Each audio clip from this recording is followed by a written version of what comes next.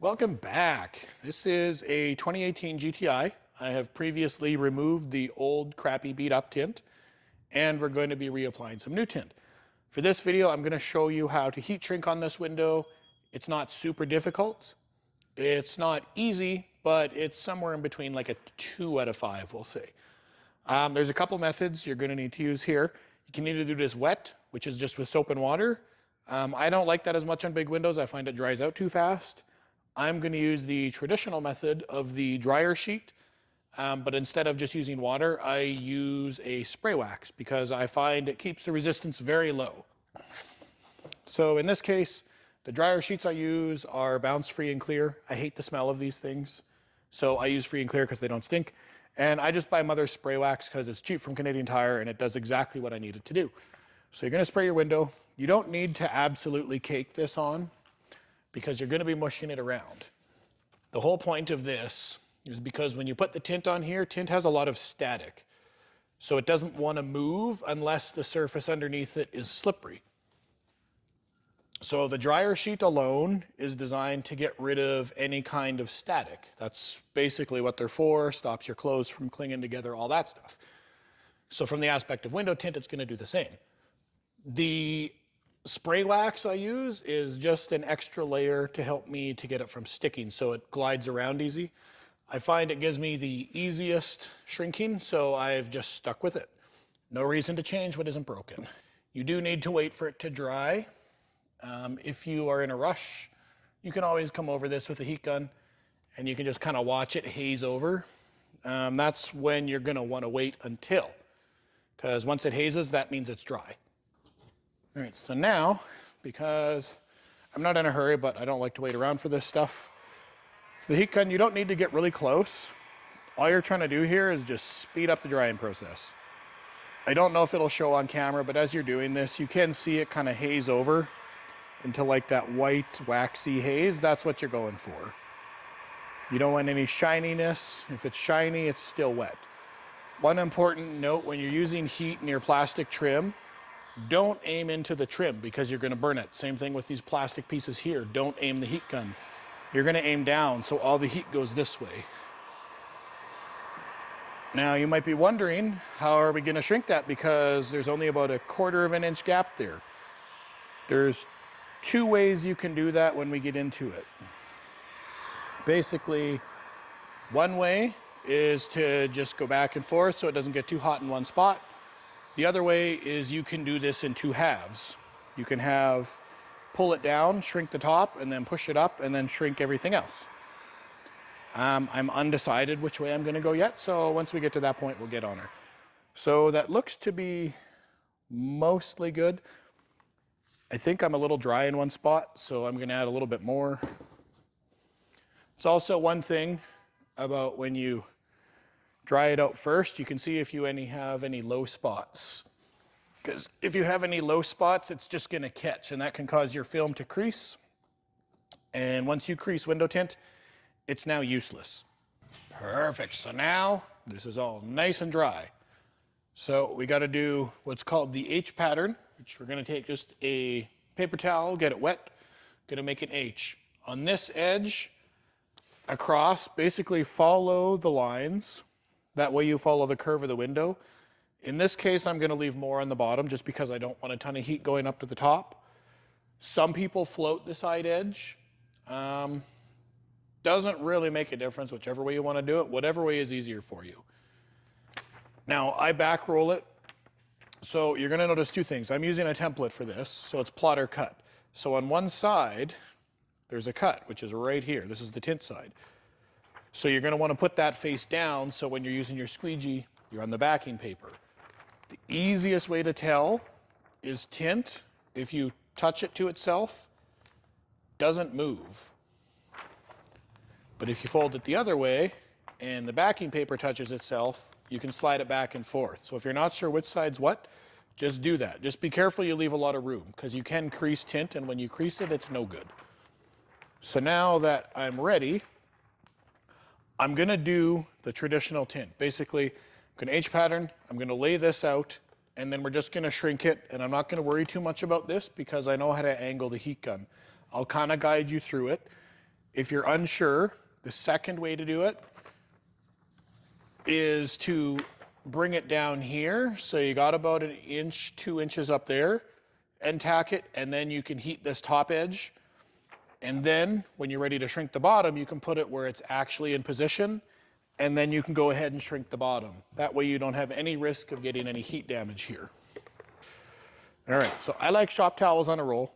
You can buy Bounty, it doesn't matter. Mostly, all this is doing is giving the film a tack point. So wherever it's wet, the tint is going to stick to. And that's why we do this, because you want your edges to lock and you want the tint to be held in place. So this doesn't have to be perfect when you line it up, but try to get it as straight as possible. That way you're going to get the best results. So just kind of get it in. I'm going to go over lightly first, and then I'll kind of show you what I do. Just make sure when you come to like antennas, anything like that, you go gentle so you don't accidentally crease the film. You'll do it once and then you'll be careful from then on. So the reason I left this little border instead of peeling it right off is because if you peel that off immediately and weed it, this is just going to be plastic. With the tint under there, it's going to be much less likely for me to singe it with the heat gun. One thing you have to remember with window tint is that it only shrinks in 2 directions. So when you open a roll, window tint shrinks top and shrinks bottom. Those are the only 2 directions it's going to go. So when I printed this, the top of the roll was here, the bottom of the roll was here. If you try to shrink it this way, it's just going to burn and crease. You can't shrink it that way. Tint is just not designed like that. So then with that tacked, I'm just going to pull this a little tighter, just so I have a little bit more stretch on it, a little less to shrink. All I'm using here is just a hard card just to tack this down to the wet spot. This one I'm just going to tighten up a little bit, and window tint can paper cut you. So if you are lifting it up, get in the habit of using your card to lift it up and not your fingers, because tint cuts are a bitch and they are not friendly. So once you get here, you can kind of see, I kind of like to spread it out if I can. I could have left a little bit more on top, but it's not major. So this point is where we're going to shrink. Best thing to do, let your heat gun warm up a little bit before you start going at it. Because there is, I could have left less at the top. It looks like there's going to be more to shrink at the top. So I'm going to shrink at the bottom first, just because it might be easier to see. Generally, you want to start outside and go in, same as on this side, but just be careful here, because you can only shrink so much around this little gap here. I like to do pull shrinking. So basically what that means is, if you don't have enough to pull this way, I'll just stick my finger and flatten it and pull down. So when I shrink, I'm basically guiding it where I want it to go. I'll make a quick pass. Just watch out, you can stab yourself with this. And I'm just going to go back and forth slowly. The reason you pull it is it just, 2 reasons.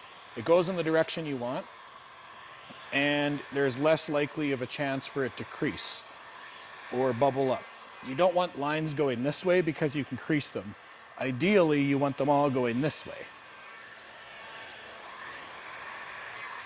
Now this is Expel window tint. You can get it quite warm. Watch your fingers if you have a hard time with this. I have gotten thicker wrap gloves that are designed for heat. It's not quite an oven glove, but it is quite thick. If you find you have trouble with it, you can always go that route. You just want to make sure you don't push it over to the side, because if you push it over here, you risk burning that edge. Heat shrinking is probably the thing that took me the longest to learn, because I came from a PPF background, and you obviously don't need to heat shrink PPF. So for me, heat shrinking was weird and strange, and it took me a long time to figure out how to do properly, or at least for what works for me. There's no one correct way to do it. pretty much, it's trial and error. Figure out what works for you, and if it works, keep doing it. So at this point where it's mostly good, this is where I'll come in, just shrink this a little bit more, and I'll just start squeegeeing these down. A lot of times you don't need to. I just do this as an extra layer of insurance to make sure I've got everything flat like it needs to be. Right here, it's tilted up a little bit, but I know that's because it's just resting on that wiper spot. One of the most important parts is this bottom edge. If this bottom edge is flat, your tint should lay flat. Easiest way to tell, if you squeegee it down and it stays down right away for like 10 seconds, you're probably good. Because this one lifted a bit, I'm just gonna heat it a little bit more. Get rid of any extra fingers there. Now it's staying down. Because of how this one is, I'm just going to notch this a little bit. Now I know this is contradictory advice, but you should be using stainless steel on glass. Because I wasn't touching the glass, I didn't worry too much about. These carbon blades can scratch glass. So if you're worried about that, use stainless steel blades. Okay, now we will just finish around. If you're not sure if something's gonna stay, just be gentle with it.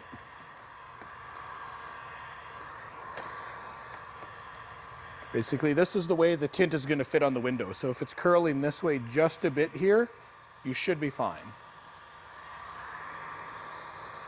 And then just carry over, do the same thing. Mostly you're watching for the big fingers. If you get a big finger, just try and separate it a bit and spread them out. Another technique you can do if it works for you is, I've been told, if you aim the heat gun the way you want it to go and just keep it moving, you're gonna watch it and it just kind of shrinks together. That way works really well. A lot of people can shrink an entire window like that. A lot of people don't even need a hard card. The guy that trained me doesn't need a hard card. He just basically takes it and goes like this, and in 2 seconds he's done. I can't figure it out. Doesn't work for me, so I just do what works for me. Same with PPF, same with application. You find what works for you, and you stick with it and learn as you go. All right, so now, just giving it a bit more. There was a spot there. Now, had I weeded this and left this as plastic, that would have burned and it would have creased up. So I may have been able to reuse it, or I may not have. For this top edge, because it's so close, I am actually gonna pull it down. So we're gonna lift this up here, and I'm gonna put this wiper blade down. And I'm just gonna pull this whole thing down. So the only thing you need to be careful for here is you don't want to do anything to crease this bottom edge. So we're going to need to reseal this top edge and just put this heat gun down. So what we're going to need to do, same thing, just get the sides again. I'm going to tack it a little bit in the middle, but I'm not going to go all the way. I just want to tack it where the sides are, just so I can keep it down. So same thing, get it in the middle and just kind of pull it out to the side. So we want to get this top edge tacked.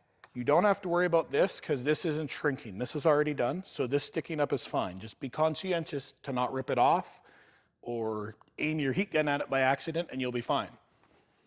And then same thing on this side, just slowly bring your way over.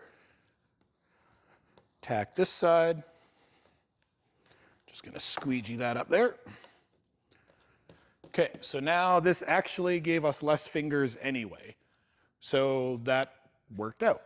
If you really want, you can squeegee a bit more here, but generally the middle of the window, you'll never have trouble sticking it. The trouble edges are gonna be all of your edges and within an inch of the edge. If you're gonna get fingers and annoying stuff, it's gonna happen there.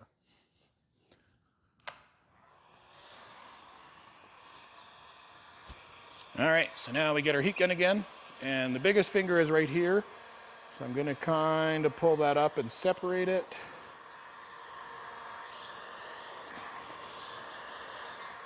If you need to, just try and shrink about 1 inch at a time. And when you're doing this, you're not trying to overlap. Basically, if this is my heat gun blade, this finger, I'll make this pass, and then I'll make the next pass directly above that pass so I'm on all fresh material, and just make my way back and forth until I'm done. For the big fingers, I like to keep my heat gun going back and forth, because that way there's no concentrated heat in one spot so you don't accidentally burn your film. As a beginner, you're gonna burn film. It just is what it is. What I recommend, even if you crease a piece, is to just keep going and try it, because there's certain cars. The hardest car I have ever dealt with is the last gen Dodge Charger. Those things are ridiculous. The window's gigantic. It's super curvy, and it's extremely difficult to shrink as somebody who's just getting into tint. Fortunately, that car is not being made anymore, but there's still a lot of them on the road, so you might run into them. That is a very difficult car. So if you're not confident, you're gonna wanna pass on that one. Otherwise, you are gonna pull out every single piece of hair you have on your body, because they are that frustrating. There's some other ones, the previous generation Civic, the hatchback with that big ass spoiler. Those can be quite tedious. You do need to take the spoiler off to get the best results. This part lifting here is no big deal, because that's an edge. I don't need to shrink that. And the way the window curves, it's going to be tucked up against it, so that's not a big deal. Just one thing to be careful of: if you have a lot of fingers going this way, don't squeegee over them, because you can crease them. Pull it out, and then heat it, and then squeegee it. This way I'm just moving. If you're not sure about your heat, just check. There's no heat there at all, so we're doing good. From the sides, you can just aim your heat gun in, and it'll mostly just sit flat. Once you get it mostly flat, you're safe to squeegee it, and that'll tell you other parts that still need to be worked on. Now, one thing you can do, if you want to make absolutely sure this is down, is once you get this shrunk, you can put it back up in its actual position and just double check everything and shrink what you need to again, because you don't have much shrinking left, so a little bit of heat up there is no big deal.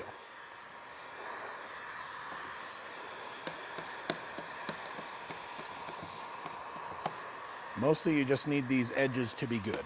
If the edges lay flat, you'll probably be fine.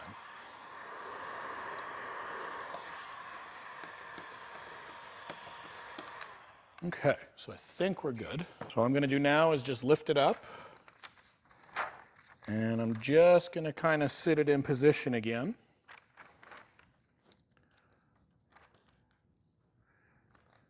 Just falls in there. So if you put it on, it's basically contouring to that window. If you really wanted to, you can double shrink it. There's some really curvy windows where a double shrink is very helpful. This specific one, this is fine. This is gonna stay, the edges stay down. This is because I tacked it there, but it will stay down on the inside. So all in all, not a terribly hard window. There's a bit of fabric here, but we can just push that out. Just to show you that we're all shrunk. It's the same thing. If you go over it, there's not a lot changing. You can see some of it moving, but overall, like, there's nothing there. It's just the same. It's not doing anything different. It's basically just moving the material around. So that's how you know you're good. And with that, you've just tinted a 2, maybe 3 out of 5 window. This one isn't too difficult. There's just a couple things to watch for: this top edge and the windshield wiper spot, and I guess these corners, because these are painted. But outside of that, no big deal. So good thing with these two, if you're using 40-inch rolls, you can put 2 of these top to bottom. So for every window of this length, you get 2 attempts without wasting material. Or you can print them with some other side windows. They're just a good economical car. If you like this one, stay tuned, because I'll have more in the pipes for you. Talk to you later.